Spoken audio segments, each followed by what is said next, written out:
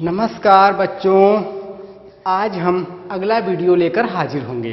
देखिए, अगला जो टॉपिक है वो कक्षा 10 और 11 दोनों से संबंधित है। बात कर रहे थे हम लोग परिसंचरण तंत्र के बारे में। तो परिसंचरण तंत्र का ही अगला टॉपिक था, जिसमें आपने पढ़ा था एक पहले इससे टॉपिक में प्लाज्मा के बारे में।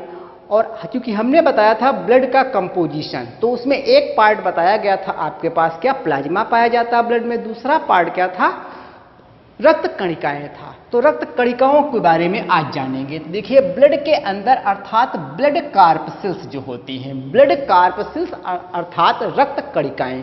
तो देखिए, रक्त कणिकाएं यहाँ पर 3 प्रकार की आपको दिखेंगे कण। ब्लड के अंदर 3 प्रकार के कण पाए जाते हैं। पहले प्रकार के जो कण हैं, जिनका नाम है आरबीसीज अर्थात रेड ब्लड कार्पसिल्स अर्थात लाल रक्त कणिकाएं, जिनका दूसरा नाम आप इरिथ्रोसाइट भी कह सकते हैं। इरिथ्रोसाइट बोले या आरबीसीज बोले, बात एक ही है। नंबर 2 पर जो कण आते हैं, जिनका नाम है श्वेत रक्त कणिकाएं अर्थात व्हाइट ब्लड कार्पसिल्स। व्हाइट ब्लड कार्पसिल्स, इनका दूसरा नाम है ल्यूकोसाइट्स आप कहेंगे। दूसरा नाम इसका क्या कहेंगे, ल्यूकोसाइट। इसी प्रकार से तीसरे जो हमारे रक्त कणिका के अंदर पाए जाने वाले हैं, उनका नाम है रुधिर प्लेटलेट्स। रुधिर प्लेटलेट्स आप बोले, या उनको आप बोल सकते हैं थ्रम्बोसाइट्स। थ्रम्बोसाइट्स कहें या रुधिर प्लेटलेट्स बोले। अब देखिए, रक्त के अंदर हमने बताया कि 3 प्रकार के कण पाए जाते हैं। अब हम लोग क्या करेंगे, एक एक कण का अलग अलग अध्ययन करेंगे।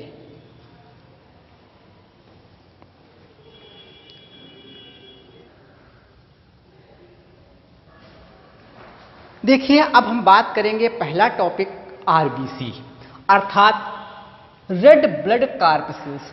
तो रेड ब्लड कार्पसिल्स अन्य सभी कोशिकाओं से संख्या में अधिक होती हैं। ये मनुष्य की बात की जा रही है। मनुष्य के अंदर जितनी भी प्रकार की कोशिकाएं हैं, उनमें से आरबीसीज के नंबर सबसे ज्यादा होती हैं। आरबीसी भी एक प्रकार की क्या है, सेल्स हैं, कोशिकाएं हैं। इनकी संख्या सबसे ज्यादा होती है। अब बात करें, एक स्वस्थ मनुष्य में आरबीसी की संख्या 5 से 5.5 मिलियन, 5 से 5.5 मिलियन प्रति घन मिलीमीटर होती है, ये बात कही गई।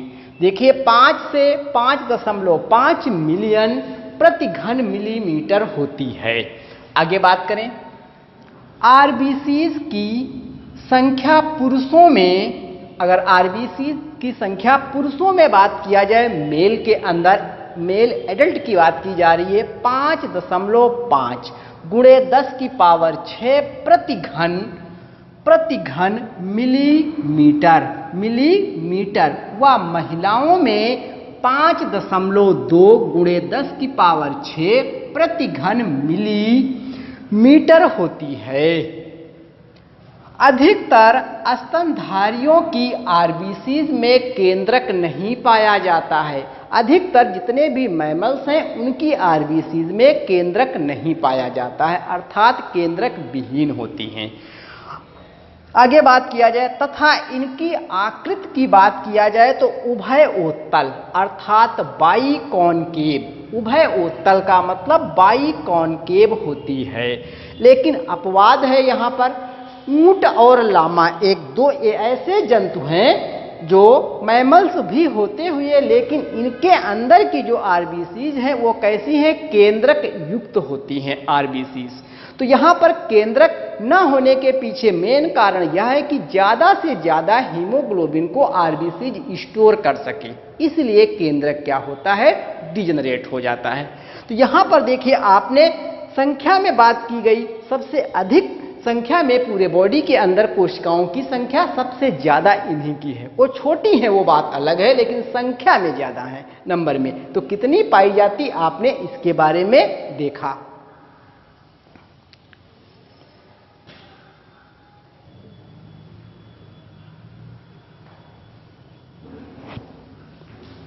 देखिए, आगे बात करें हम लोग, तो देखिए आरबीसी का निर्माण आरबीसी का निर्माण अस्थि मज्जा अर्थात बोन मैरो में होता है। आरबीसी का जो निर्माण है कहाँ, अस्थि मज्जा या बोन मैरो में आप कह सकते हैं होता है। इनका जीवन काल 120 दिन का होता है, अर्थात आरबीसी का जो लाइफ स्पेन है वो कितने दिन का है, 120 दिन का। ये मानव की बात की जा रही है। आरबीसी की मृत्यु यकृत और प्लीहा में होती है, यकृत और प्लीहा में होती है। इसलिए यकृत और प्लीहा को आरबीसी का कब्रिस्तान या बूचड़खाना भी कहा जाता है। तो देखिए ये भी पॉइंट पूछा जा सकता है कि लीवर और जो स्प्लीन है इनको हम कब्रिस्तान क्यों कहते हैं, क्योंकि आरबीसी की यहाँ पर डेथ होती है, इसलिए हम इसे कहते हैं। जबकि आगे और देखें, प्लीहा आरबीसी का संग्रहण, प्लीहा जो अर्थात स्प्लीन क्या करता, आरबीसी का कलेक्शन भी करती है, कलेक्ट भी करती है। इसलिए स्प्लीन को हम क्या कहते हैं, आरबीसी का ब्लड बैंक भी कहा जाता है। तो ब्लड बैंक किसे कहते हैं, स्प्लीन को इसलिए कहते हैं क्योंकि ये कलेक्शन ऑफ आरबीसी करता है। आरबीसी की संख्या हीमोसाइटोमीटर एक प्रकार की कांच की ऐसी प्लेट एक होती है जिस पर ऐसे ग्राफ लाइक रचना बनी है, उनके खानों से मेजर किया जाता है, जो उसमें छोटे छोटे ग्राफ टाइप के बने होते हैं। तो हम बात कर रहे हैं कि हीमोसाइटोमीटर से ज्ञात की जाती है आरबीसी के निर्माण की प्रक्रिया को इरिथ्रोपोएसिस कहलाती है या कहते हैं। आरबीसी के जो निर्माण फॉर्मेशन की, क्योंकि फॉर्मेशन कहाँ हो रहा था, बोन मैरो, लेकिन इस प्रक्रिया का नाम है इरिथ्रोपोएसिस कहा जाता है। आगे बात करें, गर्भवती महिलाओं के बच्चों में, जो गर्भवती महिलाएं हैं उनके अंदर जो बच्चे का विकास हो रहा, मैं उसकी बात कर रहा हूं, उस समय आरबीसी का निर्माण यकृत और प्लीहा करती है। जो बच्चा बेबी माँ के पेट में विकसित हो रहा, मैं उसकी बात कर रहा हूं, वहां पर आरबीसी का उसके अंदर जो निर्माण होगा वो यकृत और प्लीहा करती है। लेकिन जब वही बच्चा जन्म हो जाता है, जन्म के उपरांत बाद में अगर देखा जाए तो आरबीसी का निर्माण कहाँ शुरू हो जाता है, अस्थि मज्जा के अंदर अर्थात बोन मैरो में ही शुरू हो जाता है। जन्म के बाद की घटना ये बात है।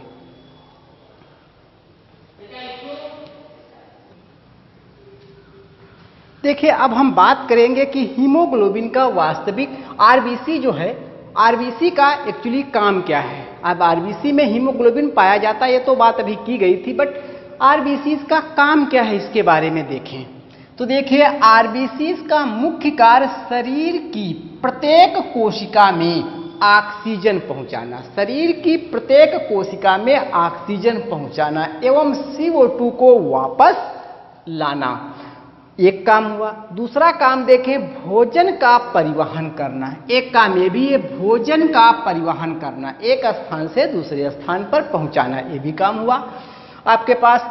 अगला बहुत ही महत्वपूर्ण कार्य, शरीर का तापमान निश्चित बनाए रखना, अर्थात बॉडी के टेम्परेचर को मेंटेन करना, ये भी आपका आरबीसी का काम है। क्योंकि जब बुखार आता है तो क्या होता है, जैसे जिसको बुखार आता है, फीवर आता है, तो क्या होता है, inflammation of RBC is known as fever, अर्थात आरबीसी के अंदर सूजन को ही तो हम बुखार कहते हैं। तो देखिए यहां पर क्या है, शरीर का तापमान निश्चित बनाए रखना ही आरबीसी का बहुत बड़ा ये काम है।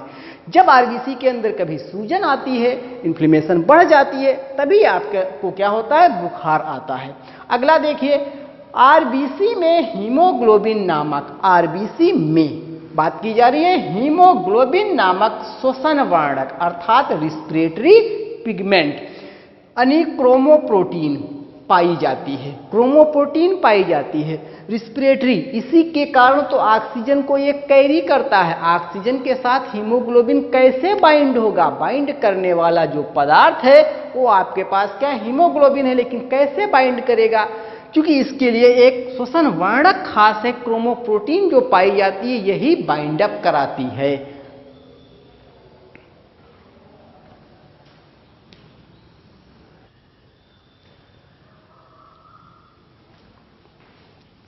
आइए देखिए अब आगे बात करेंगे, क्योंकि आरबीसी के अंदर क्या पाया जाता था, हीमोग्लोबिन, और हीमोग्लोबिन पाए जाने के कारण ही हमारे जो रुधिर का रक्त है उसका रंग कैसा दिखता था, लाल।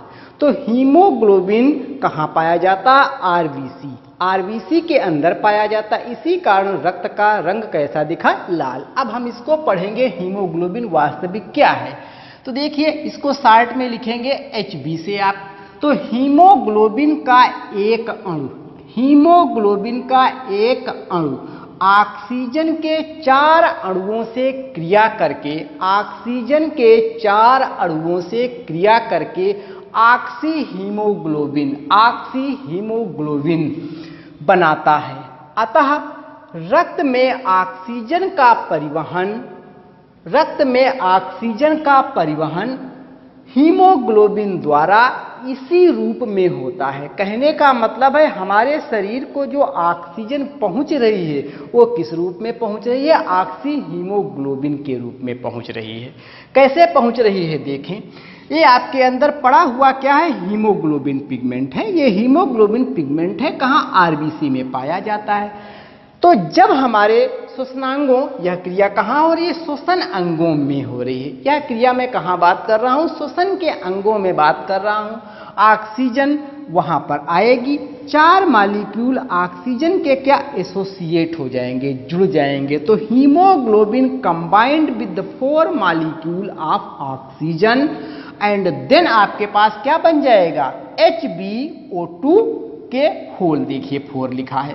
तो ये बना क्या, ऑक्सी हीमोग्लोबिन बना। ये कैसा है, एक प्रकार से अनस्टेबल कंपाउंड है।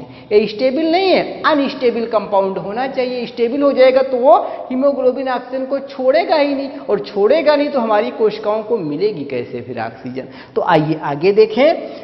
जो ये बना हुआ ऑक्सी हीमोग्लोबिन है, क्या ऑक्सी हीमोग्लोबिन, तो पहले हीमोग्लोबिन ने ऑक्सीजन के साथ अभिक्रिया करके क्या बनाया, ऑक्सी हीमोग्लोबिन बनाया। अब ऑक्सी हीमोग्लोबिन रुधिर परिसंचरण द्वारा जो शरीर के सभी उन कोशिकाओं तक पहुंचाता है जहां ऑक्सीजन की आवश्यकता होती है, जहां ऑक्सीजन की आवश्यकता होती है वहां पर ऑक्सी हीमोग्लोबिन विखंडित, जहां पर किसकी, हीमोग्लोबिन जो है ये पहुंच गया ऑक्सीजन को लेकर के, अर्थात ऑक्सी हीमोग्लोबिन विखंडित हो करके ऑक्सीजन को मुक्त कर देता है, और मुक्त ऑक्सीजन कोशिकाओं में विसरित होकर के श्वसन में भाग लेती है। तो देखिए बात एकदम क्लियर है यहाँ पर समझने के लिए। आरबीसी के अंदर हीमोग्लोबिन नामक पिगमेंट पाया जाता है। श्वसन अंगों की क्रिया की मैं बात कर रहा हूँ। ऑक्सीजन आता है, किसके साथ जुड़ जाता है, किसके साथ, हीमोग्लोबिन के साथ, और रुधिर के साथ शरीर के सभी भागों में क्या संचारित हो रहा, दौड़ रहा हुआ है।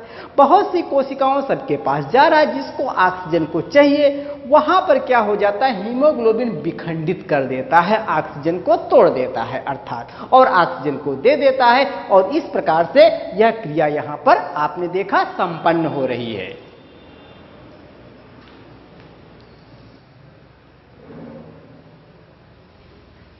देखिए आगे बात करें हम लोग, तो हमने अभी बात किया जो आपके पास हीमोग्लोबिन कैसे था, ऑक्सी हीमोग्लोबिन। ऑक्सी हीमोग्लोबिन जब कोशिकाओं में पहुंच गया तो क्या होता है, ऑक्सीजन को विखंडित कर देता है और हीमोग्लोबिन अलग अलग हो जाता है। ये बात आपने यहां तक देखी।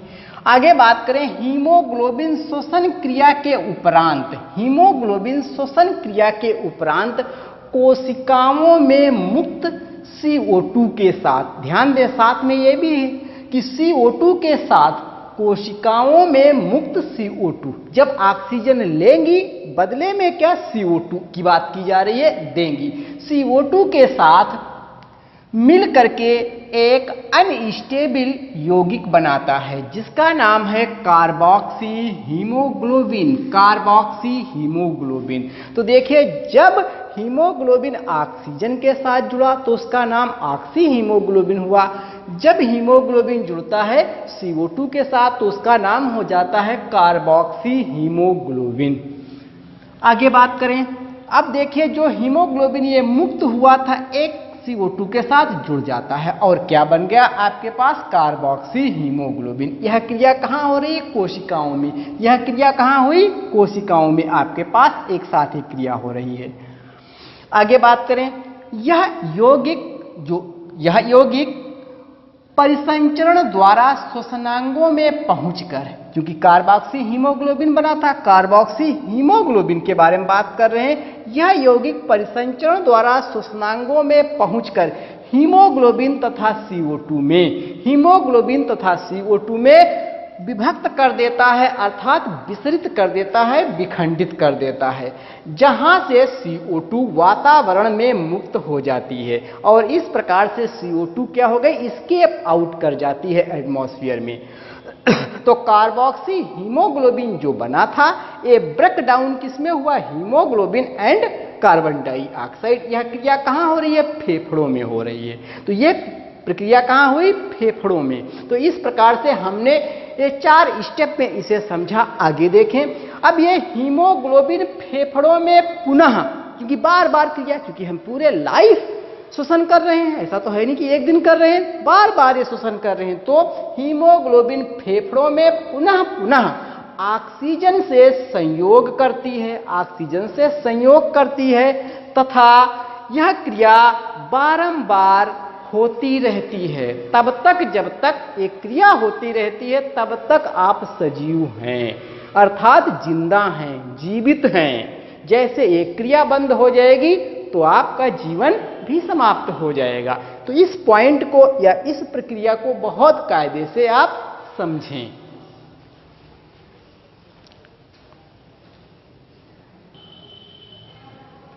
देखिए, आगे बात करें हम, तो बात कर रहे हैं कि मानव के शरीर में पाई जाने वाली हीमोग्लोबिन की मात्रा, अर्थात मनुष्य के शरीर में कितना हीमोग्लोबिन पाया जाता है। तो देखिए, हम जो है कई टाइप से दिखाएंगे यहाँ पर। पहले बात करते हैं नवजात बच्चों की, नवजात शिशुओं में। तो देखिए, 14 से 19 ग्राम पर 100 ml की बात की जा रही है, क्योंकि 100 मिलीलीटर रक्त में सारी चीजें निकाली जाती हैं। आगे बच्चों में बात करें, तो बच्चों में अगर आप देखेंगे, जिनकी उम्र 10 से 12 साल की बात की जा रही है, तो ये 12 से 14 ग्राम पर 100 ml की बात हो रही है। ऐसे पुरुषों की बात करें, तो पुरुषों में अगर आप देखेंगे तो 14 से लेकर 17 ग्राम प्रति 100 ml होनी चाहिए। इसी प्रकार से अगर महिलाओं की बात किया जाए, तो महिलाओं में देखें तो 13 से 15 ग्राम जो है प्रति 100 ml होनी चाहिए, में इतनी मात्रा होनी चाहिए। इस तरह हम कह सकते हैं कि, ध्यान दें, इस तरह हम कह सकते हैं कि एक स्वस्थ मनुष्य में 100 मिली रक्त में लगभग 12 से 17 ग्राम हीमोग्लोबिन पाया जाता है। सवाल पूछा जाता है कितना हीमोग्लोबिन पाया जाता, तो रेंज आपके पास है 12 से 17 मिलीग्राम ऑक्सीजन जो है, ये आपके पास क्या हीमोग्लोबिन आपके पास उपस्थित होगा। तो देखिए, बात की गई है 100 मिली रक्त में लगभग 12 से 17 ग्राम हीमोग्लोबिन पाया जाता है। हीमोग्लोबिन की मात्रा कम होने पर, अगर रक्त में बहुत ज्यादा कम हो गई है किसकी, हीमोग्लोबिन की मात्रा, तो एक खास रोग हो जाता है जिसका नाम एनीमिया है। एनीमिया का मतलब रक्त में हीमोग्लोबिन की मात्रा का घट जाना। अब हीमोग्लोबिन हम नापेंगे कैसे, मेजरमेंट कैसे करेंगे, तो देखिए, एक हीमोग्लोबिनोमीटर होता है। हीमोग्लोबिनोमीटर एक यंत्र है, उपकरण है, नामक उपकरण द्वारा हीमोग्लोबिन की मात्रा ज्ञात की जाती है। तो हीमोग्लोबिनोमीटर के द्वारा आप क्या कर सकते हैं, हीमोग्लोबिन की मात्रा को मेजरमेंट कर सकते हैं। तो इस तरीके से देखिए बच्चों, हम लोगों ने क्या पढ़ा इसमें ये देखा, रक्त में आपके पास कई चीजें थी। तो हम लोगों ने आरबीसी के बारे में बात किया, आरबीसी अर्थात रेड ब्लड कॉर्पसेल्स के बारे में देखा। रेड ब्लड कॉर्पसेल्स का अर्थात आरबीसी का क्या कार्य था। आरबीसी में खास कर पाया जाने वाला एक पदार्थ था, पिगमेंट था, जिसका नाम हीमोग्लोबिन था। उसका किस प्रकार से रोल हमारे श्वसन की प्रक्रिया में है, इसके बारे में जाना। तो आज के इस टॉपिक में हमने केवल बात किया था आरबीसी के बारे में, अर्थात ये जितना भी वीडियो है ये आरबीसी पर ही रिलेटेड था। अगले नेक्स्ट वीडियो में हम लोग अगली जो रक्त कोशिकाएं रह गई हैं उनका अध्ययन करेंगे। इसी के साथ जय हिंद, जय भारत।